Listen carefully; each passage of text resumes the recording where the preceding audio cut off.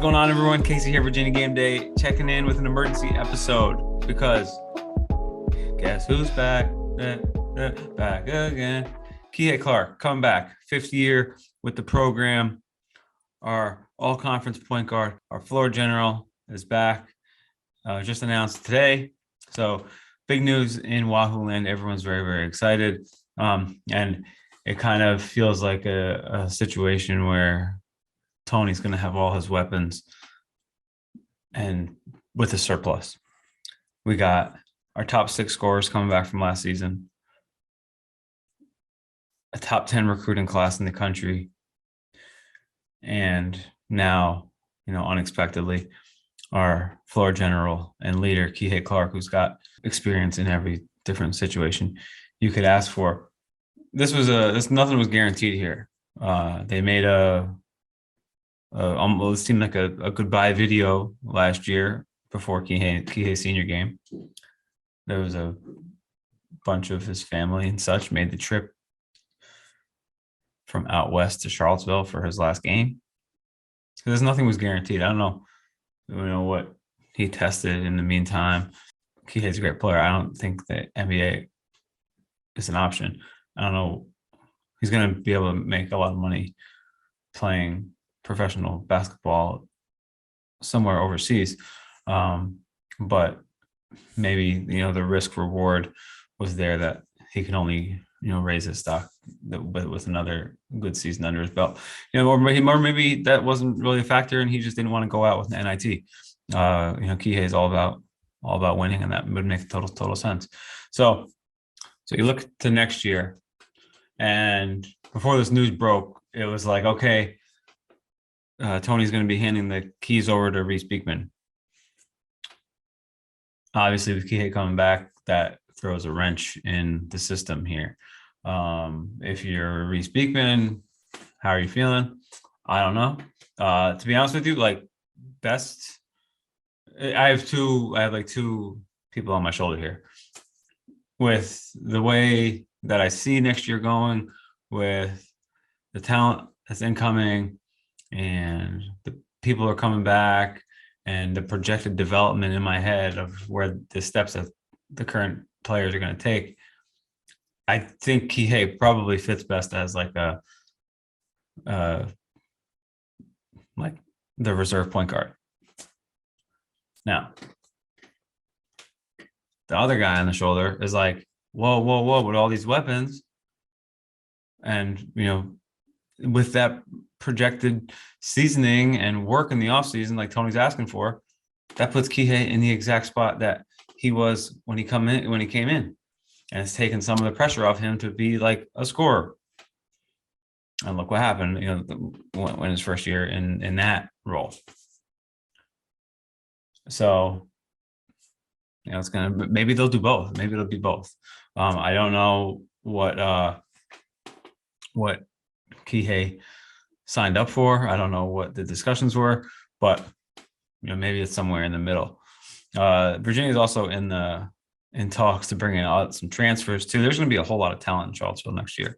Bennett Vanderplas from Ohio, who you guys might remember, was the dude who they kept mentioning was teammates with Sam Hauser, Wisconsin kid. We love getting our Wisconsin boys out here in Charlottesville. So that totally makes sense. 6'8" sharpshooter. And also Sean McNeil from West Virginia. Sean McNeil from West Virginia, Virginia is in the top 6 in his recruiting. So listen, Kihei's it certainly gets the fan base very excited, especially for people to have a name to hang on to. You know what I mean? Maybe there's big NIL money coming his way this year as things are starting to kind of build up. But I can see going either way, because Kihei's not like every night go out and lean on him to score. Kihei's like, I want to come up in big moments and hit some big shots, but he's not scoring 17 every night. He's comes up in big moments, and he could be like, I feel like he could be really, really effective in spots and maybe he'll close games, but you gotta, Reese is entering his third year here. He's obviously, needs to get the keys at some point. As for the roster, it looks like there's only, because obviously there's some guys who are on the way out as well. It looks like there's only 2 scholarship spots left.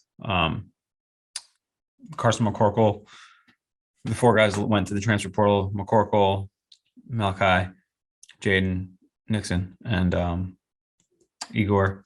So far, Carson McCorkle signed with Wofford. He's going to light it up there. I'm excited to, it's kind of like off the ACC radar. So I hope he goes and averages, like has a Peter Kiss season out there.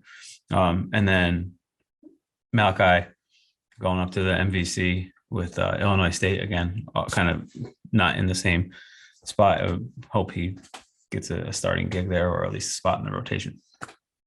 We now have, we still have a holdover from the national championship team, which is big to, it feels good. Virginia, when the news broke, John Rothstein tweeted out that the Cavaliers are now 20th in his Rothstein 45 rankings. Also noted that we're returning all of our starters. Someone else, Tony Bennett won't miss the tournament 2 years in a row. I mean, I didn't think they would anyway, but this is just another, because the season's so long, and there's so many different situations that pop up. Look how many guys had, like, Tane Murray, we're even forgetting about. He had a big game against Iowa in the ACC Big Ten tournament, and Armand stepping up down at the end of the season. Malachi getting tons of burn towards the end of the year. It's a long season, and you need as much talent as you can. It's just you got to have the talent that's willing to accept roles, and I wouldn't expect nothing less from Kihei. I'm sure it's gonna be smooth. Okay, moving off basketball for now.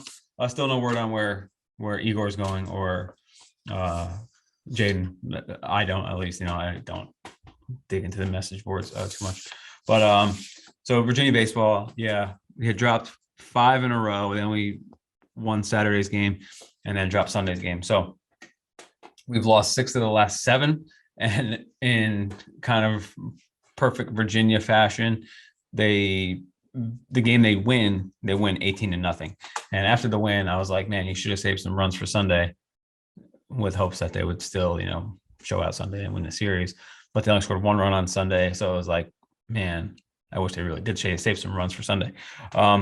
We got a game Tuesday. You guys will probably hear this on Tuesday. Game Tuesday at VCU. I don't know if it's going to be canceled or not because of the weather. And then a home game on Wednesday versus Georgetown. And then the 3-game set against the Tar Heels at our place this weekend. Hopefully we can get one of those games in and use that as a springboard into a big series against North Carolina at home. Yoga in the outfield on Friday. And then I think, we get our poster, of course, on Sunday. I think there's a Pups in the Park coming up. I'm not sure when that is, but so hopefully they can, use that as a springboard. And North Carolina is a top 50 team. They swept Pitt already. They were also swept by Miami, and they've also lost 5 of their last 6. So they're going to come in hungry. We're going to come in hungry. We got to win that series, get ourselves back on track. Even though the team struggled and it was a pretty inconsistent weekend, Jake Geloff continued his hot hitting. He was 7-12 on the weekend to bring his season average back over 400. He's a Serious Player of the Year candidate. Alex Tappan still hitting 348. Casey Saki 350. Griffo Farrell 341.